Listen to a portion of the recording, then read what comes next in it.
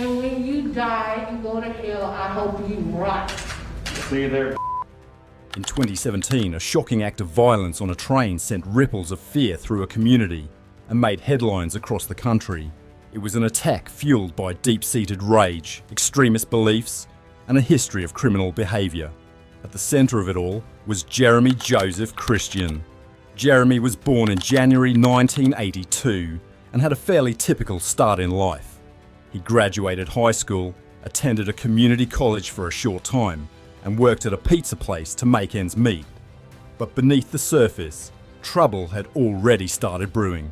By the time he was a teenager, his life had taken a sharp turn toward crime, setting him on a path that would ultimately lead to tragedy. In May 2002, at just 20 years old, Jeremy was convicted of kidnapping and robbing a convenience store. Wearing a ski mask and armed with a revolver, he stormed into the store, held the owner at gunpoint, and demanded cash. After emptying the register, he handcuffed the terrified store owner to a pole and made his escape. But his freedom didn't last long. Just a few blocks away, police caught up with him. When officers moved in, Jeremy reached for his gun. Fearing for their lives, the police opened fire, shooting 3 times. 2 bullets missed, but one grazed his cheek, leaving a scar that he would carry for the rest of his life. He was sentenced to 90 months in the Oregon Department of Corrections, where his violent tendencies only worsened. He spent much of his time in solitary confinement due to behavioural issues. After his release in 2012, trouble followed. He was arrested again on a weapons charge, spent another 6 months behind bars, and was jailed once more in 2013. When he got out, he had no stable home, bouncing from couch to couch between friends and family. He never married, never settled down, and later blamed society for pushing him to the fringes because of his criminal record. Isolated and bitter, he began to embrace extreme ideologies. By April 2017, Jeremy's radical beliefs had become impossible to ignore. On the anniversary of the Oklahoma City bombing, he openly praised Timothy McVeigh, the domestic terrorist behind the attack. His social media was a disturbing mix of neo-Nazi rhetoric, anti-Semitic posts, and far-right propaganda. Yet his political views were erratic and contradictory. One moment, he voiced admiration for Bernie Sanders, and the next, he threw his support behind Donald Trump. He also claimed to want to live among Brazil's indigenous people, adding another bizarre layer to his increasingly unstable mindset. Those who knew him were concerned. His behaviour had grown unpredictable, and some believed he needed serious psychological help, though no official diagnosis was ever made. That same month, Jeremy attended a so-called free speech rally organised by Patriot Prayer, a far-right group known for attracting extremists. Wrapped in a Revolutionary War-era flag and gripping a baseball bat, he wasted no time making his presence known. He performed Nazi salutes, hurled racial slurs, and shouted hate-filled rhetoric at the crowd. His outbursts were caught on camera, including a chilling moment where he yelled, "Die Muslims!" a haunting glimpse of the violence he would soon unleash. By May 2017, Jeremy's life had spiraled to its lowest point. Isolated, angry, and teetering on the edge, he was a ticking time bomb waiting to go off.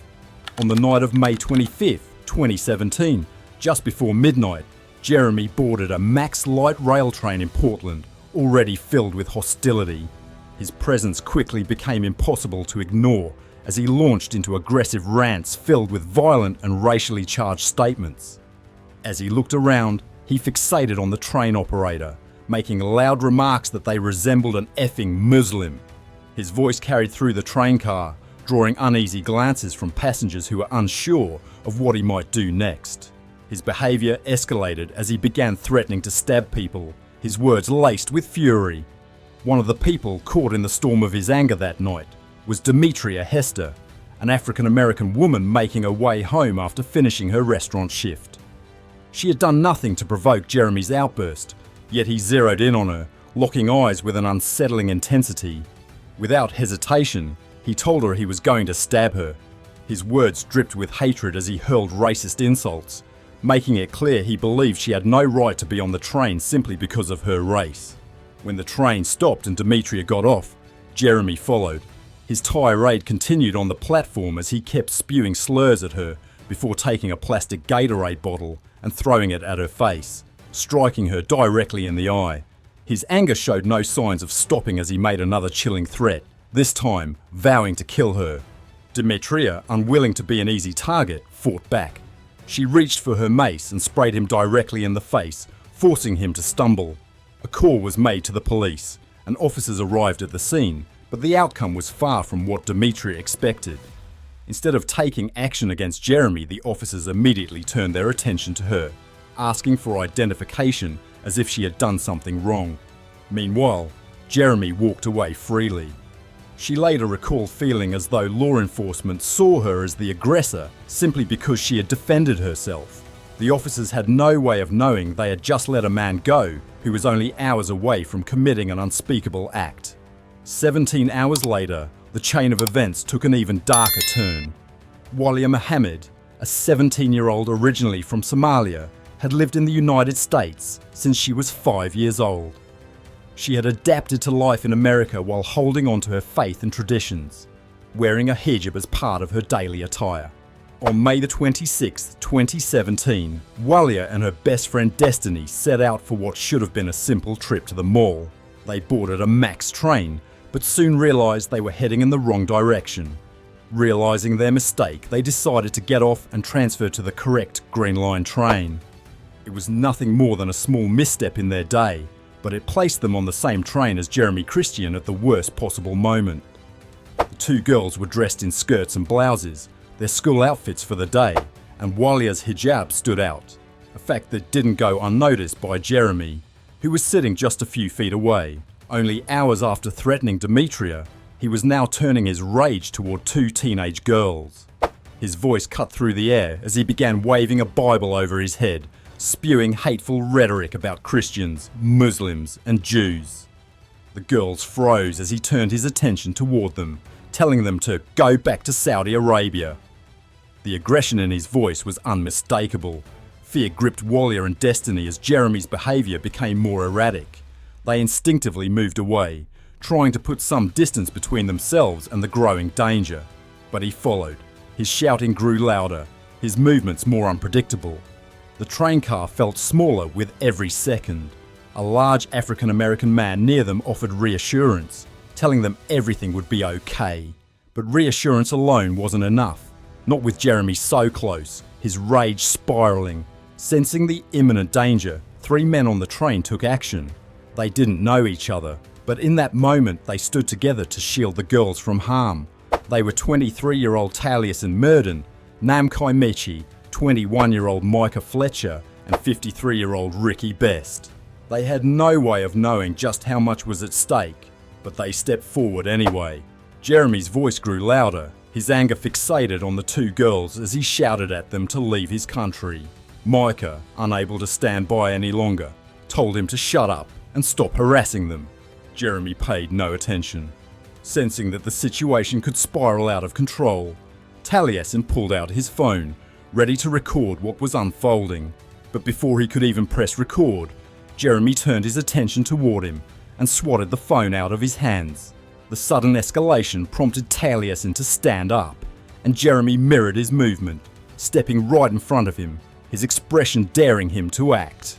"Do something," he taunted, his voice dripping with hostility. Seeing this confrontation unfold, Micah also rose to his feet, standing shoulder to shoulder with Taliesin. Ricky Best took a step forward as well, positioning himself behind them.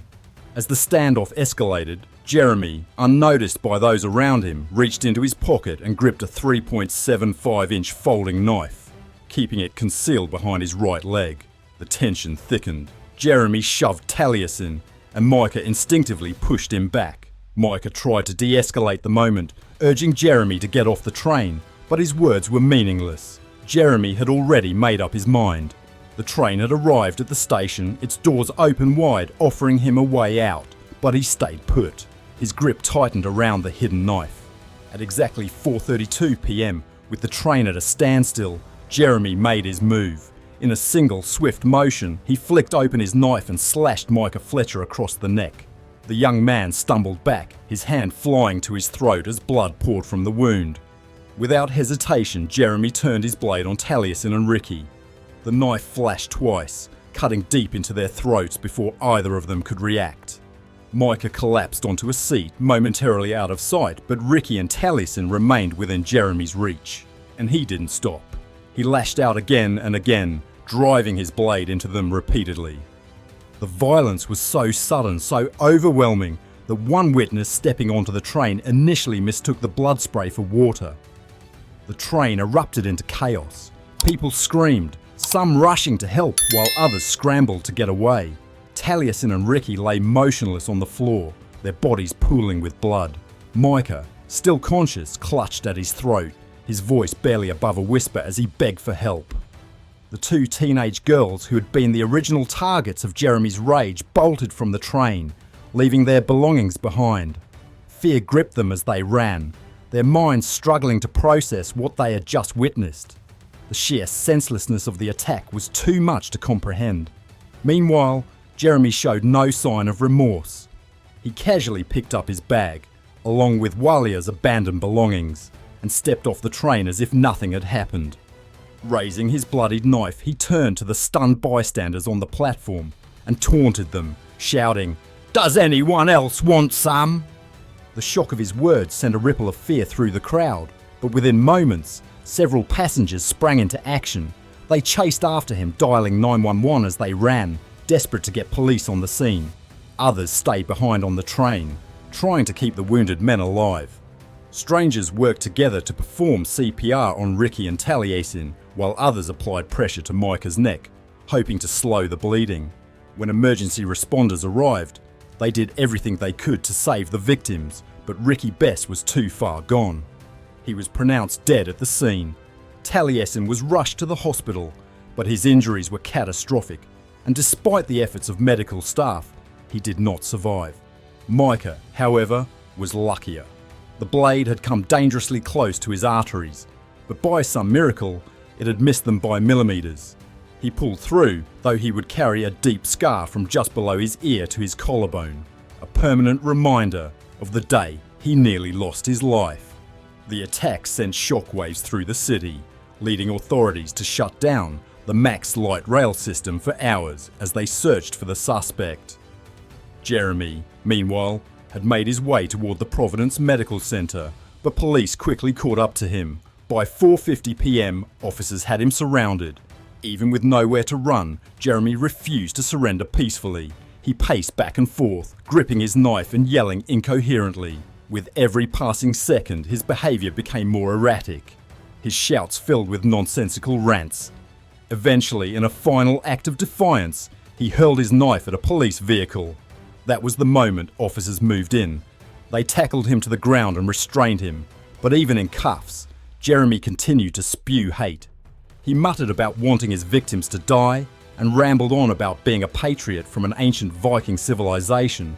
It was clear that, in his mind, he was still lost in a world of his own making. Jeremy was charged with 2 counts of aggravated murder and 1 count of attempted murder.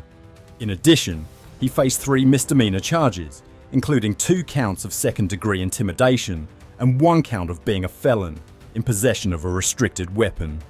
On May 30th, 2017, he stood before the court to enter his plea. Without hesitation, he pleaded not guilty to all charges. But he didn't stop there.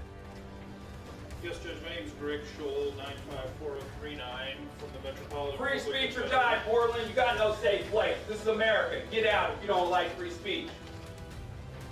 95439 from the Metropolitan District Center. With me is Dean Smith, 92464. Death to the enemies of America. Leave this country if you hate our freedom. Death to Antifa.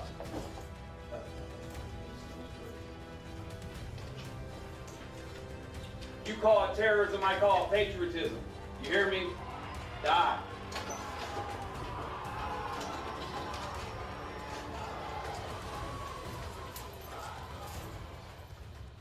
What followed was a tirade of angry outbursts, disrupting the proceedings.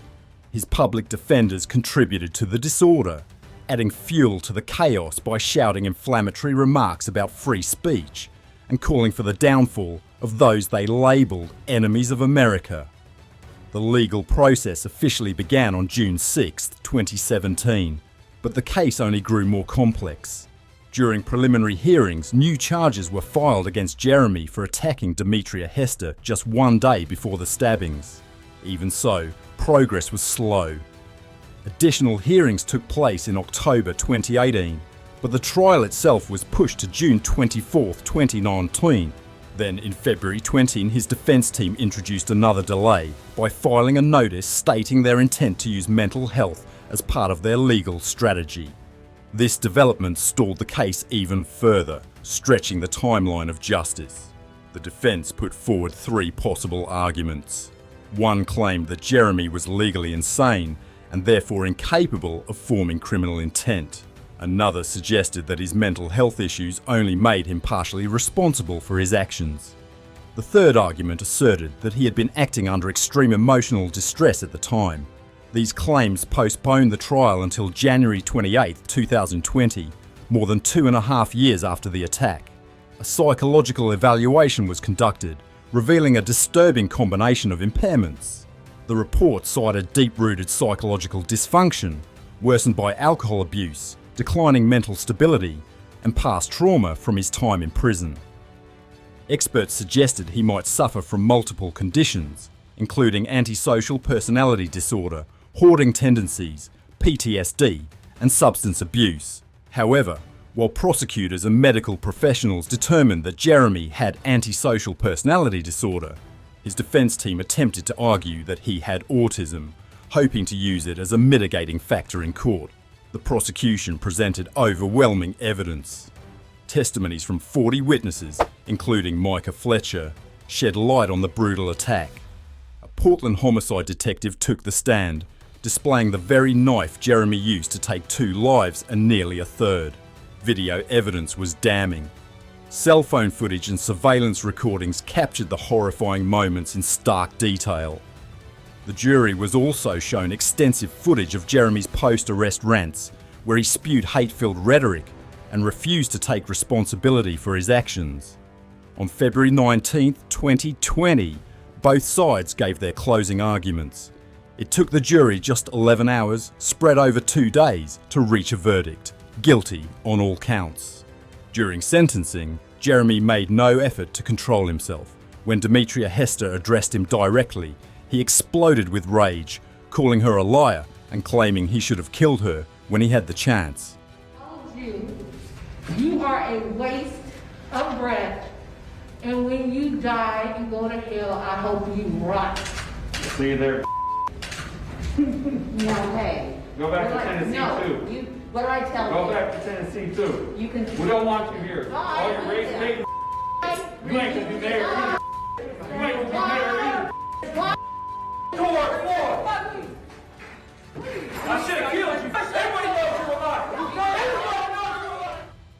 His outburst was so disruptive that the judge ordered his removal from the courtroom. The proceedings resumed on June 24, 2020, but Jeremy remained defiant. He refused to accept any responsibility, insisting that he had only acted in self-defense. He showed no remorse, none whatsoever. As a result, the court handed down 2 consecutive life sentences without the possibility of parole for first-degree murder, plus an additional 51.5 years for other related charges. Still, Jeremy wasn't finished fighting. He later appealed his convictions, arguing that the trial was flawed due to supposed legal errors.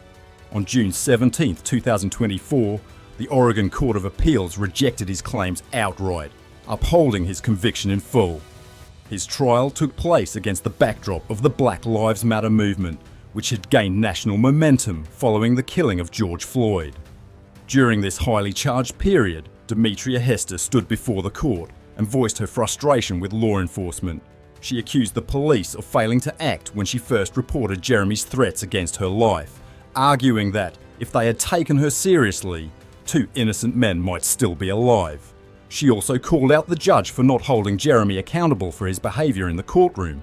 Witnesses expressed discomfort over his actions, including unsettling winks directed at them during testimony. When they raised their concerns, the judge dismissed them, accepting Jeremy's claim that he had only been winking at his mother. This response left many feeling that their unease had been ignored.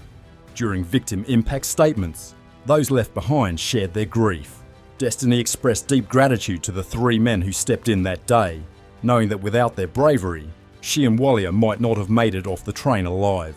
Ricky Best's family painted a picture of a man devoted to his country and his loved ones. A retired Army veteran, he had dedicated 20 years of service before settling into a quieter life as a husband and father of 4. Taliesin's family honoured him as a courageous young man who stood against hate. He had recently graduated from Reed College with a degree in economics and was working as a consultant at the time of his death. His final words, spoken just moments before he lost consciousness, reflected his character. "Tell everyone on this train I love them." Even after all these years, Jeremy Joseph Christian has never expressed an ounce of regret for what he did. Thanks for watching, everyone. Please don't forget to subscribe to the channel. There are plenty more shocking and unbelievable cases coming up, so stay tuned.